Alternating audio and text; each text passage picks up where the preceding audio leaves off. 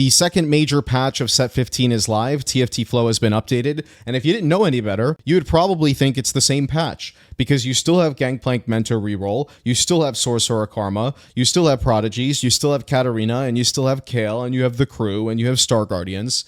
There are some slight differences, but for the most part, you can play the same as you did last patch. Now let's talk about the differences, starting off with the comps that were around and good during last patch. So Gangplank Mentor reroll, it's still strong. It still wants stretchy arms for uptime, but Gangplank is no longer going to skip the front line and immediately snipe the back line once he has enough range to do so with his ability. He actually needs to go through the front line first, and then eventually once he targets the back line, he can kill them, but he is more of a front-to-back champion now than he was before. Sorcerer Karma, a little bit weaker with the 6 Sorcerer nerf, but still doing quite well overall. Same thing with Yuumi with the 5 Prodigy nerf, still doing quite well overall. Katarina is a little bit weaker than she was before, so she's more conditional on having an artifact or a radiant item.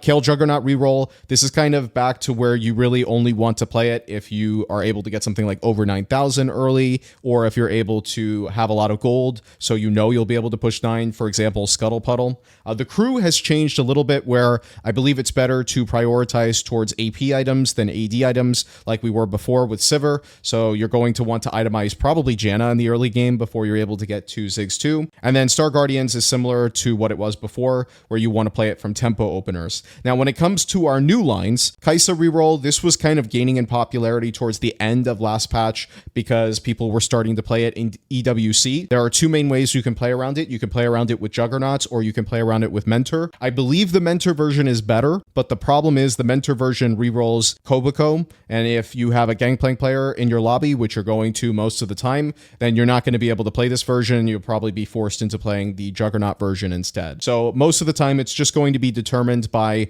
what other people in the lobby are playing, and also which of these two openers you hit, in terms of whether you hit more of the heavyweight units and Kobokos, or if you hit more of the Juggernauts and play around Mundo. Soul Fighter is back in the meta just because everything else got weaker, so Soul Fighter generally feels a little bit better. Volibear got buffed. I still don't think this comp is very good, but you can play around it if you have a good spot for it.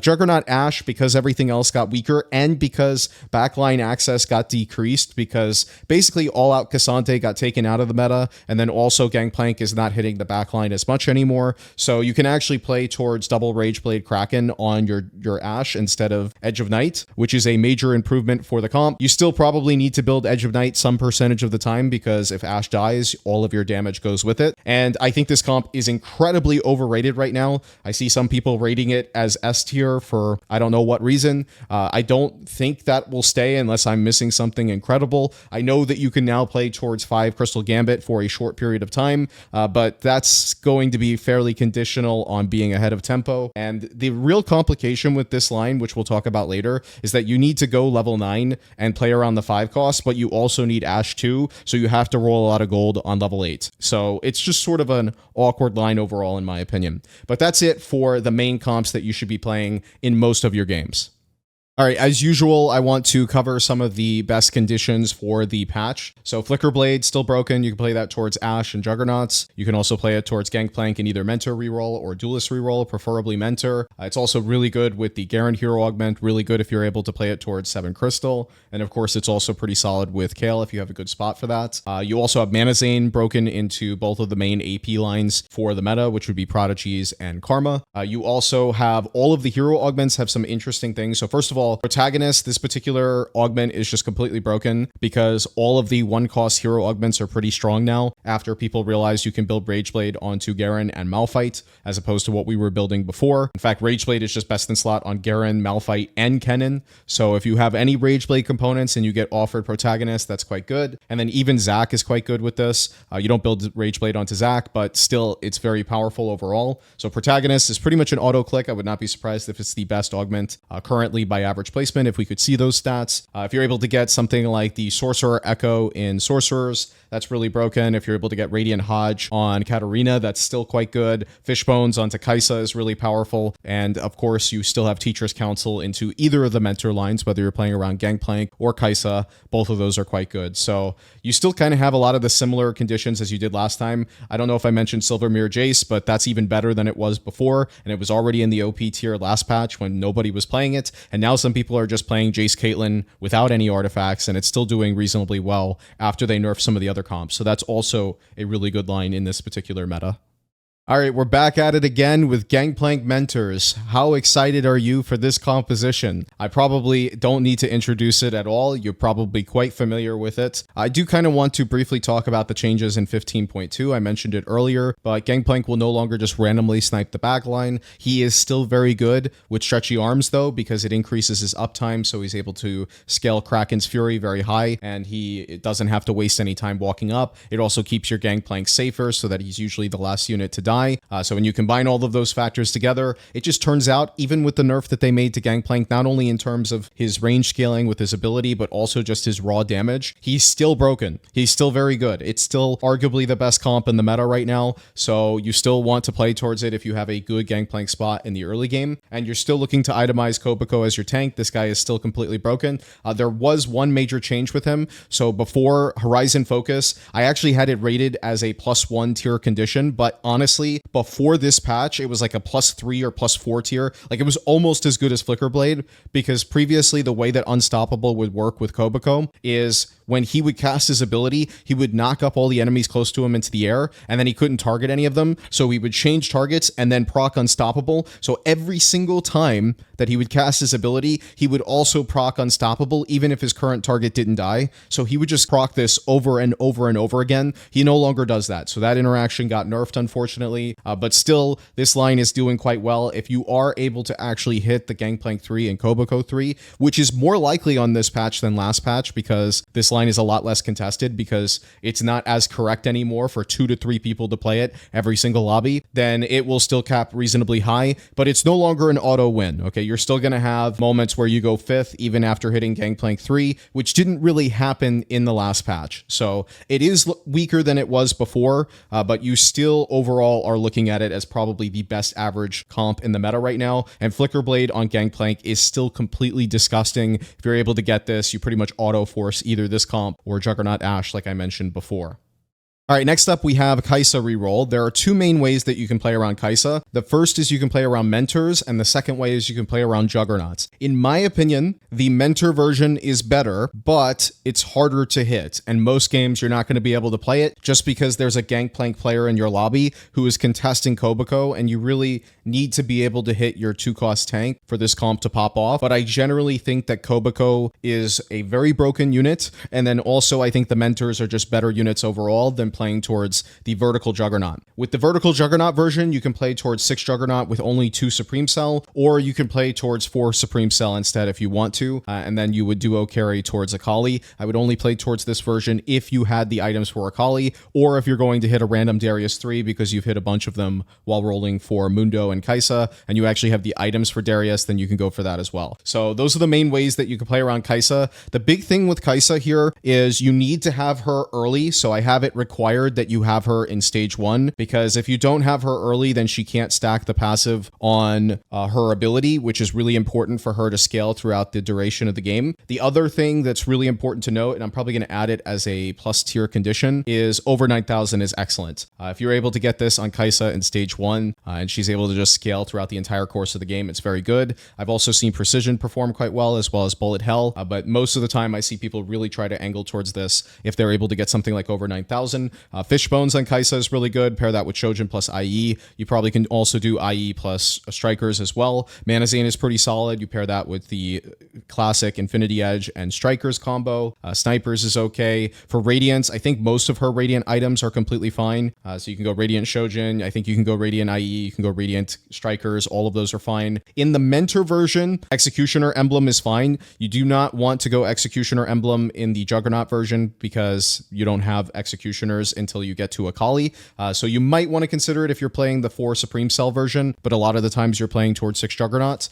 So Executioner Emblem is worth noting as well, because you can play 3 Executioner, and I think you still want IE even with that Executioner Emblem. When it comes to other conditions here, too much value is worth noting. There's some easy boards that you can play that will have 4 2-cost. In fact, this one is only 1 2-cost off from being able to play 6 2-cost. but you generally would not want to drop Darius unless you're so weak that you would rather just get the extra reroll every turn. And then some other conditions that are worth noting here. Heroic Grab Bag, as usual, is pretty good. Strategist can be decent in this particular line just because it activates Strategist for you, and the emblem is quite good. You can give attack speed to Kai'Sa if you want to. And then when it comes to this version, it's very similar, same exact conditions as you saw with the Mentor version.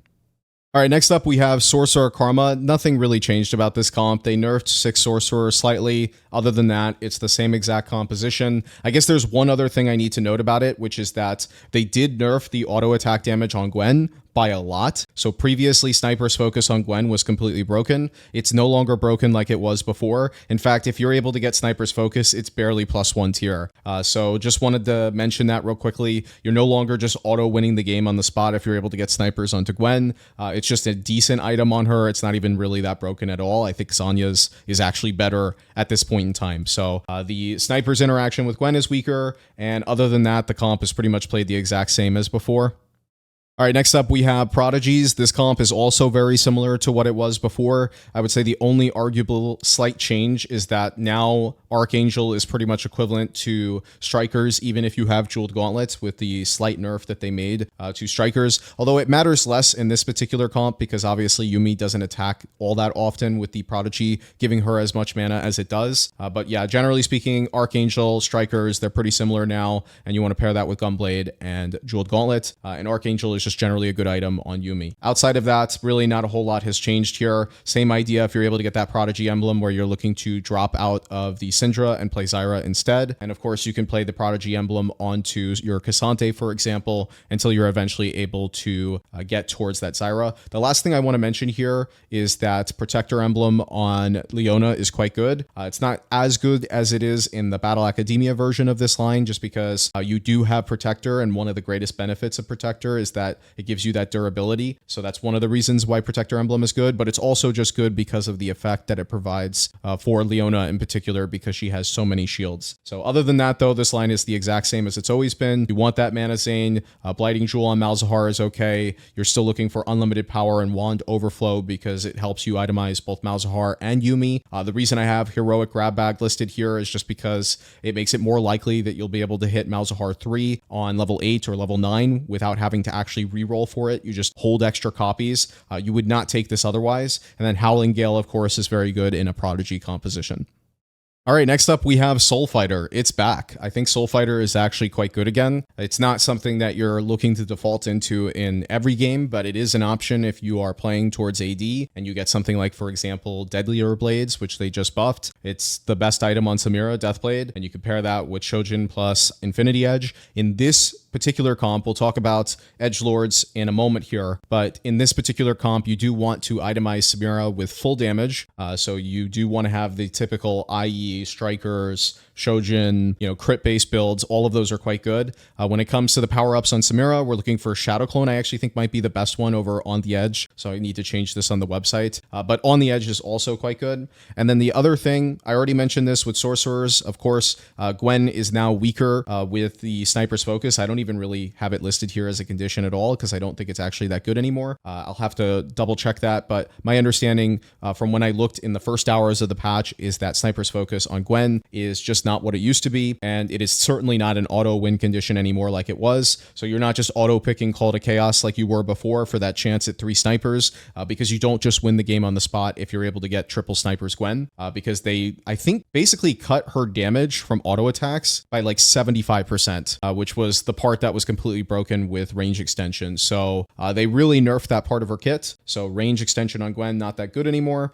The other thing I want to mention here is that if you don't have an emblem, okay, if you do not have an emblem, then you probably want to drop down to 6 Soul Fighter so that you can fit some higher quality units. I think this is the best version of Soul Fighter if you don't have the emblem, because you're able to play towards the Volibear, you're able to get Zyra on the board, you're able to get Braum on the board. You just have a lot of high quality units, and you have perfect crossover between the Soul Fighters and those high quality units. The other version here is lower cost. I don't think this version is better, but it is cheaper. So if you have to play towards this version, you can. But if you have the emblem, then you're just going to play Braum plus Volibear. Unfortunately, Yone is just really not in that good of a spot right now. So I'm pretty sure Volibear is just always better, especially after the buffs that they just made to him. And that is mainly it for Soul Fighters. I guess the last thing I could show here is some of the level 8 boards if you don't have any of the 5 cost. So here's one version here, and then here's another version that you can play towards, both of which play 6 Soul Fighter.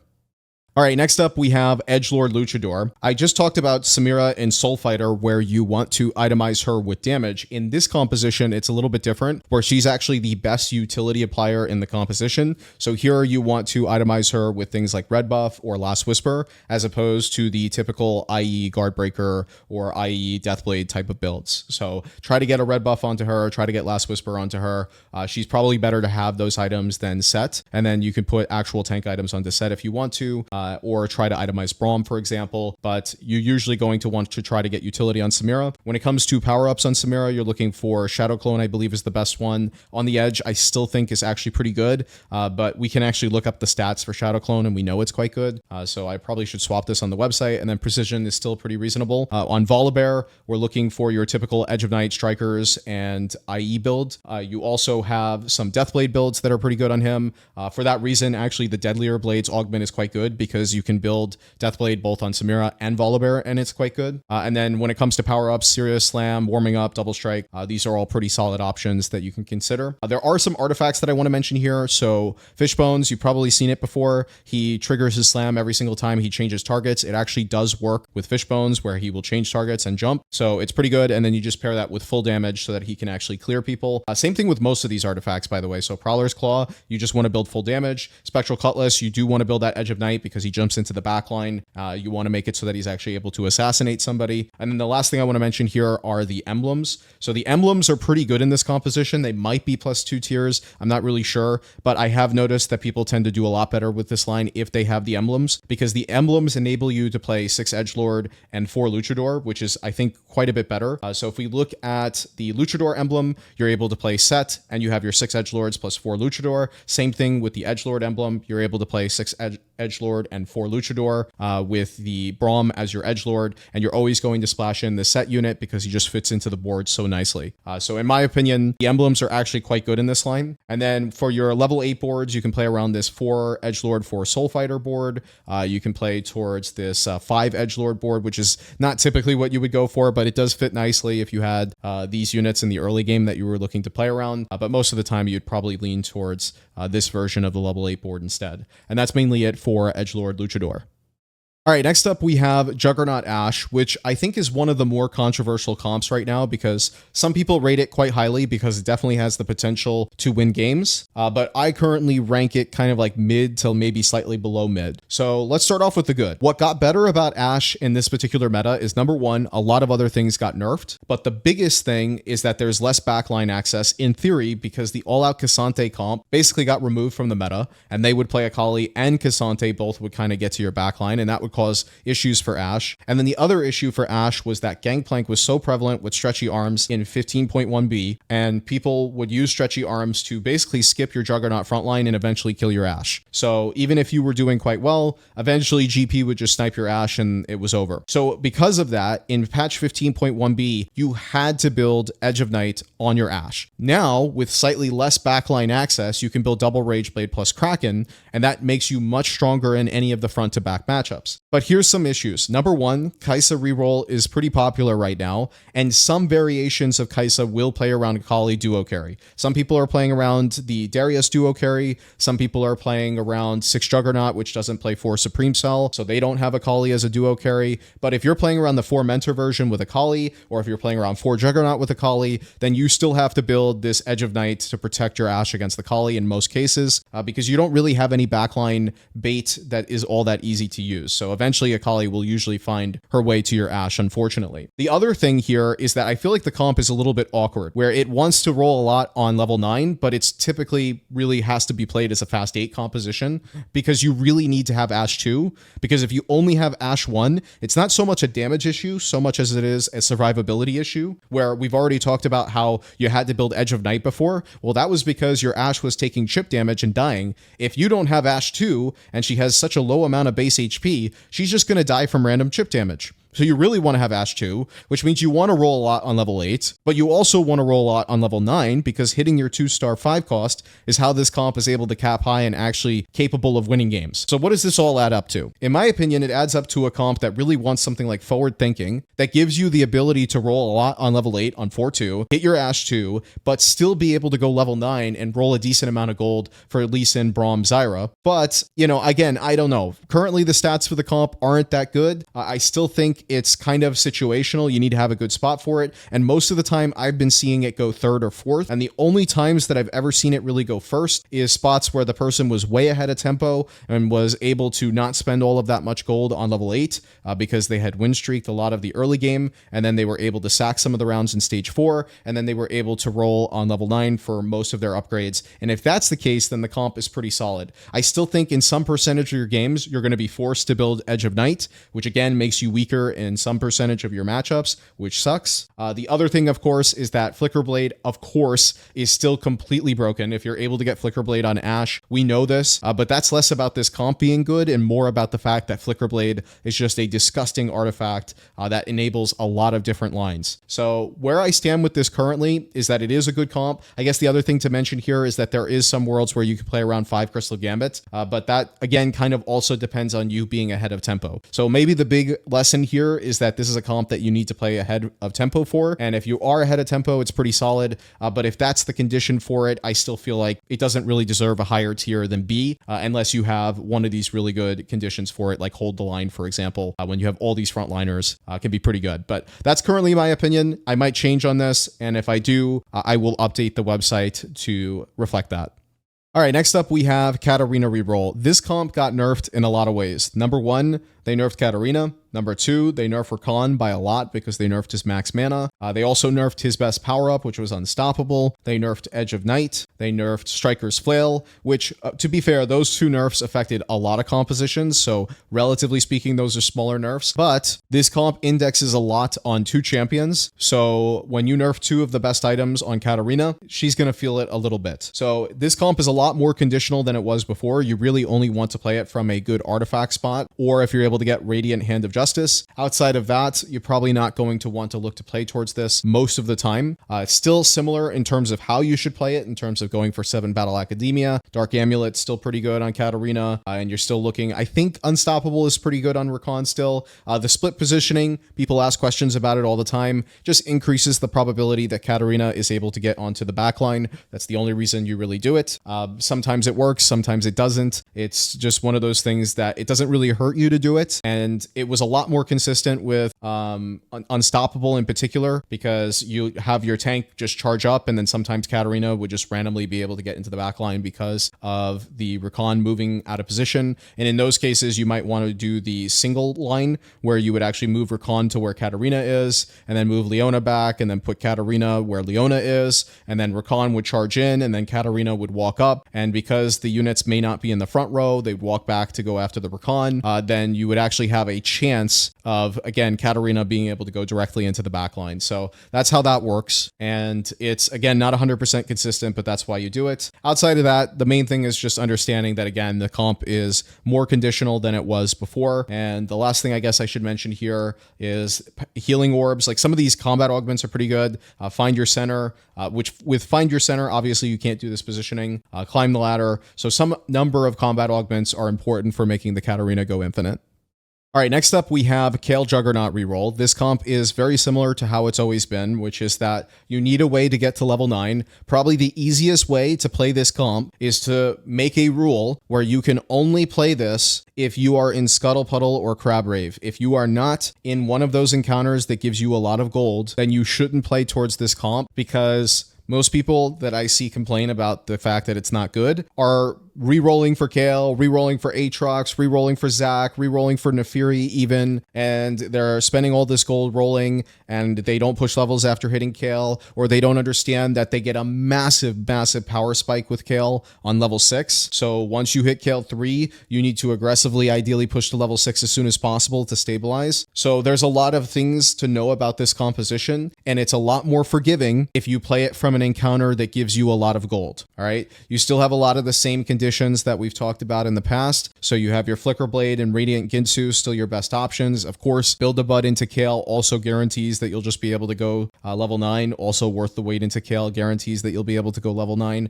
most of the time. And then we still have some other conditions here that you can take a look at if you want to. But the big thing I want to note about this, because I get a lot of people complaining about this comp that it's not very good, you have to have a way to get to level 9, and you also need to make sure that after you get Kayle 3 that you are pushing to level 6 relatively soon after hitting it, because even Kayle 3 on level 5 is not stable in stage 3 because she gets a massive upgrade at level 6. So as long as you understand those things, you'll have better experiences in your Kayle games.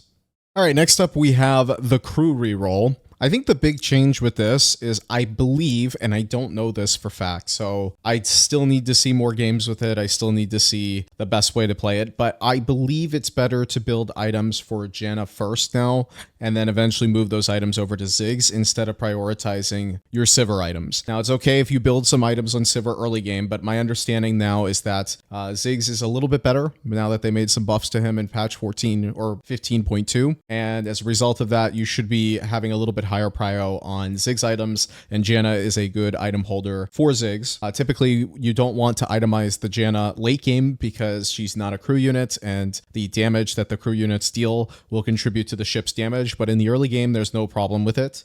So that's the first thing I wanted to note here. Generally speaking, I still think it is somewhat of a augment-dependent composition, so you're still really just want to have a lot of items in this particular line because you have so many different units that you can itemize with Ziggs, Sivir, Malphite, Shen, and even Janna if you want to go for Janna 3. So having item augments in this line is definitely pretty good. I think Shimmer Scale Essence is even better now because previously, if you were itemizing Sivir first, the Gambler's Blade was a little bit awkward because you'd be splitting items on your carry. But now that you are maybe itemizing Janna or Ziggs first, the Gambler's Blade is even better than it was before. And of course, the Moguls is quite good on Malphite. So I just generally think that when we're looking at the crew, you probably shouldn't play it unless you have a really good spot for it in the early game and you have a lot of items. And if that's the spot that you're in, then you might want to consider angling towards it. I have seen it actually do better on this particular patch than last patch. So let me know. It's something where I get very mixed opinions on it, where some people are just going 8th every single game with it. Some people are doing well with it. I think it really just depends on what your augments are and also how good your spot for it is on 2-1.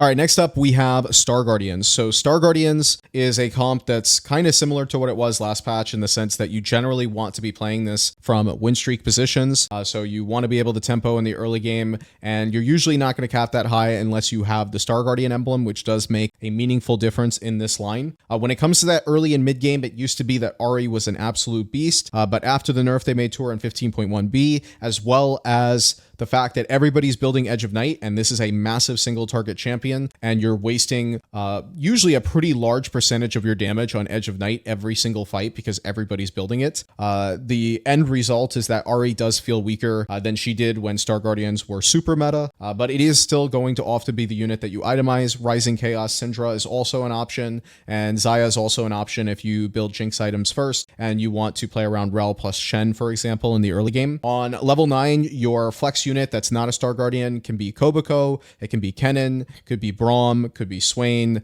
and then it could also be K'Sante. I believe if you get the emblem, K'Sante is the best option, especially after the nerfs that they made to the Poro fans that you get from Braum. So keep that in mind. But yeah, Koboko or K'Sante or Braum, those are the most common options that you can look to play around. And when it comes to the Jinx build here, I think Rageblade Kraken IE is the most common build that people are playing on her, and it's doing relatively well. And then when it comes to Seraphine, I do believe that she got a slight buff this patch. I still don't think she's popping off or anything, but all of your leftover items can go on to Seraphine. It doesn't matter whether it's a tank item, an AD item, whatever. Just give her whatever spare garbage you have, and she will make use of it, which is pretty cool. Also, Thieves' Gloves is quite good on Seraphine as well because of how many different items that she can make use of. All right, next up we have Crystal Gambit. So there are some reworks that they made to this particular trait. First of all, you are now doubling down every 3 rounds instead of every 4 rounds. So that does change the nature of the cash outs. I do not have it memorized right now where the breakpoints are if you have 6 loss, 3 loss, 9 loss, 12 loss. I do know that with 9 loss in particular, and even 8 loss I've seen, usually you're going to get that 210 cash out, which is the best one because it has a 33% chance of giving you a spatula, and 7 Crystal Gambit is still a massive spike for the composition. They only slightly nerfed it. The big change that they made outside of this every 3 rounds is they also made it so that the 7 Crystal Gambit does not accelerate the kill counts for the 5 Crystal Gambit rewards, but to compensate for that, they lowered the thresholds for 5 Crystal Gambit. Basically, they buffed 5 Crystal Gambit and they nerfed 7 Crystal Gambit. So if you're stuck on 5 Crystal Gambit for some percentage of the mid game, you're now going to see more rewards, which is pretty good. And the other thing is they did nerf one of the cash outs where you can't just get Flicker Blade anymore, just because that particular cash out was disgusting. You would just win the game on the spot. But this is still one of the best lines in the entire meta. If you're able to get that Crystal Gambit emblem, it's very good. You should angle towards it if you are able to get that emblem. It is still not completely solved at this point. I don't think you want to go for big cash outs, but I do think going 9 loss, in other words, doubling down twice, is actually worth doing because of that chance at the spatula. Because if you're able to get a second Crystal Gambit emblem, not only is that emblem just a good item in general to put onto one of your tanks or one of your carries, but also it makes it more likely that you'll be able to hit 7 Crystal Gambit in stage 4, which means that you'll be able to snowball earlier because you'll be able to actually win rounds. It's very important to be able to hit 7 Crystal Gambit in stage 4. So even though this composition got changed in a bunch of ways, it's still very good in the meta, still one of the most broken lines. You should be playing it any opportunity that you have.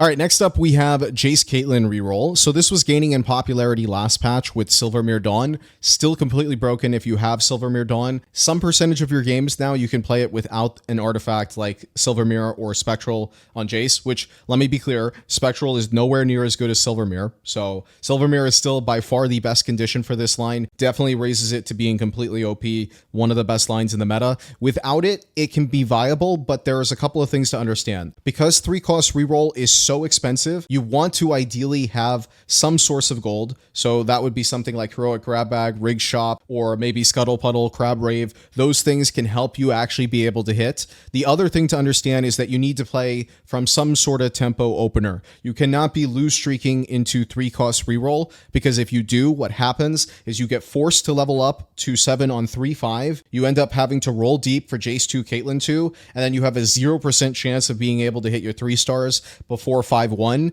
and then you end up double bleeding out. You bleed out in the early game going up into 3-5, and then you bleed out in stage 4 because the fast 8 players that actually hit their boards are going to beat your 2-star level 7 board. So understand that if you're going to play it from a non-artifact position, you ideally have some source of gold, and ideally you're playing it from a win streak opener, not lose streak. The other thing I want to mention here is the split positioning. So if you go for this split positioning like this and you swap Caitlyn's sides, she can snipe the enemy corner carry. The other thing you can do is the Ziggs positioning that we did back in set 12. That is another option for being able to snipe people's corner carries. So there are some positionings that you should memorize for this line because it's quite important that Caitlyn hits the corner carry. You really do not want Caitlyn hitting the front line if possible. It's okay if maybe one of her ults go into the front line, but ideally by the time she casts the second time, it is going into the back line and killing some of the backline units that your opponent has.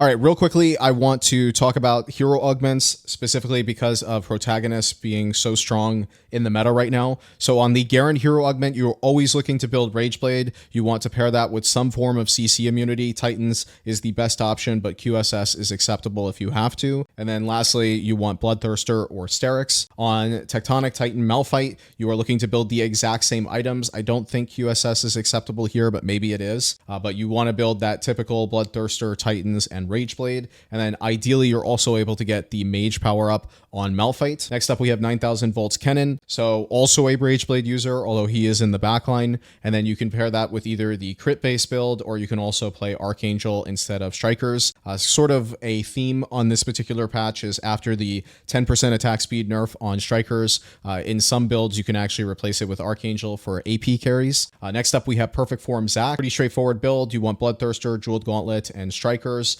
This is generally going to be his best build. The big thing that is kind of unique about this perfect form Zac is that the artifacts and radiant items that you can get onto him are generally not that good. So you're probably looking for combat augments more than you're looking for item augments like you typically do with hero augments. So that is one thing that is unique about Zac. And then you have two forms or two ways that you can play him. One is you can play around 6 Wraith and 4 Heavyweight. The other way is you can play around 6 Heavyweight and 4 Wraith. Obviously, the 6 Heavyweight version is easier to get to because it is less reliant on 5 cost, but I believe that the 6 Wraith version probably caps out a little bit higher. And then the last thing I want to mention about hero augments is the Neeko hero augment. There was a small discovery for this, which is that if you're able to build Rageblade plus Archangel onto her, that probably is part of her best in slot, but the third item is not solved. It might be a second Archangel, it might be Bloodthirster, it might be Edge of Night, it might be Titans. So I need you guys that don't care about your LP to go out there and test Starfall Neeko. I know nobody clicks this augment, but there's a lot of things that we still need to solve about it. One of them is that I think the itemization is getting closer to solved with Rageblade plus Archangel. And then there's two different versions of the board that you can look to play towards. You can either play towards Protectors with ideally Smolder, but you could also just play Strategist. And then the other way is Star Guardian. I think the Protector version is better, but again, we have absolutely no data. So you guys need to go out there, test out the line, see if it's any good, and report back and see if it's something that we should be playing. Probably not, but hey, listen, somebody's got to test it. All right, next up we have Jhin Reroll. I forgot about him in my last video, and I hate to report, but I also forgot about him in this video. This is the last thing I'm recording because I realized after I finished recording that I didn't talk about Jhin for the second time. So he is still in the meta, he's still viable, he is your secondary option if you are looking to reroll Mundo, the other option of course being Kai'Sa, which was covered earlier in the video. And the big thing about Jhin is that you can build Rageblade onto him. I don't think it's best in slot. I think you want to get him as close to 100% crit as possible, and because he likes having close to 100% crit, something like Infinity Edge is actually not that bad on Jhin, despite the fact that his ability, quote unquote his ability, it's really just auto attacking, already crits. So this was probably like the biggest thing I saw people always talking about. Why are you building IE on Jhin? Rageblade is best in slot, blah, blah, blah, blah, blah. The reason why you build IE on Jhin is because it's the only craftable item that has 35% crit chance. If you look at other items like Guardbreaker or Striker's Spell rather, it only has 20% crit. So something like this can be quite good. Edge of Night is also worth considering in this build if there's a lot of backline access, which there was last patch, but there's less of it this patch. So overall, Jhin still viable in the meta if you have a good opener for Dr. Mundo, Jhin, and Gnar. Worth noting when it comes to your artifacts here, Flickerblade on Gnar, obviously quite good. Fishbones on Jhin, quite good because you can just randomly snipe units. And then you also have some interesting things on Mundo here, like Crown of Demacia that you can play. It doesn't fully solve the problem that this comp has, which is that often Dr. Mundo is the last one alive, but thankfully that happens a little bit less in this patch. So if you have a good spot for it, try it out. There's a lot of different conditions that you can play for. And yeah, finally, we did not forget about Jhin Reroll. All right, that is it for patch 15.2. As usual, TFT Flow is a living website, meaning that there are constantly updates every single day, multiple times a day. So if something in this video gets out of date, come over to the website. It'll probably be updated over there. And I appreciate you all for watching, and I'll see you next time.